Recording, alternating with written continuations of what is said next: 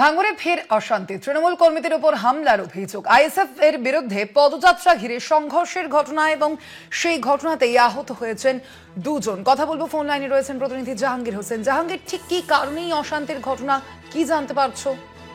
দেখো, ভোয়ালি গ্রামের পর এবার ছেলেগোয়ালিয়াতে, ভাঙড়ের ছেলেগোয়ালিতে সেখানে আইএসএফ তৃণমূলের মধ্যে সংঘর্ষ। তৃণমূলের পক্ষ থেকে অভিযোগ করা হচ্ছে যে নওশাদ সিদ্দিকী যে ভাড়াবাড়ি এলাকায়, সেখানেই কিন্তু তৃণমূলের একটি মাচা বা দলীয় কার্যালয়ের মতো ছিল, সেখানে কিন্তু তৃণমূল কর্মী সত্ত্বরা বসে থাকে।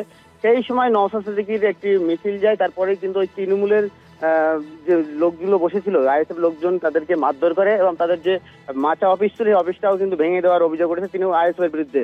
তবে পাল্টা আইএসএফ এর পক্ষ থেকে অভিযোগ করা হচ্ছে যে তাদের যখন মিছিল যায়, সেই মিছিলে কিন্তু তৃণমূল কর্মী সমর্থকরা আইএসএফ কর্মীদের উদ্দেশ্যে বা নওশাদ সিদ্দিকীর উদ্দেশ্যে গালাগালি করে, এমনটাই অভিযোগ করে। তারপরে কিন্তু দুই পক্ষের মধ্যে একটু হাতাহাতি হলে পরবর্তীতে সেটা বড় আকার নেয়।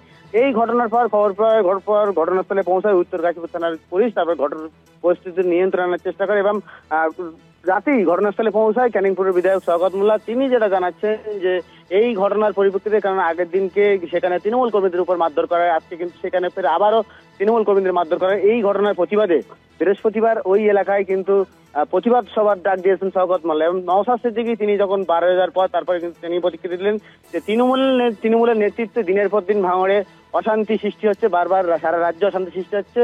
তো পুলিশকে সঠিক নিরপেক্ষ তদন্ত দাবি জানালেন নওশাদ সিদ্দিকী। তবে দুই দলের রাজনীতি সংঘর্ষ নিয়ে আবারও শিরোনামে ভাঙড়। ধন্যবাদ তোমায়। কথা বলছিলাম, ফোন লাইনে ছিলেন প্রতিনিধি জাহাঙ্গীর হোসেন।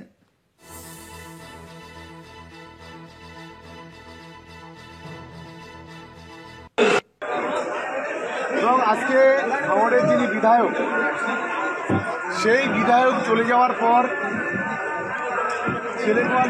ছেলেগোয়ালিয়াতে আমাদের 4-5 জন ছেলে ওখানে বসেছিল, তারপর তাদেরকে মারধর করেছে।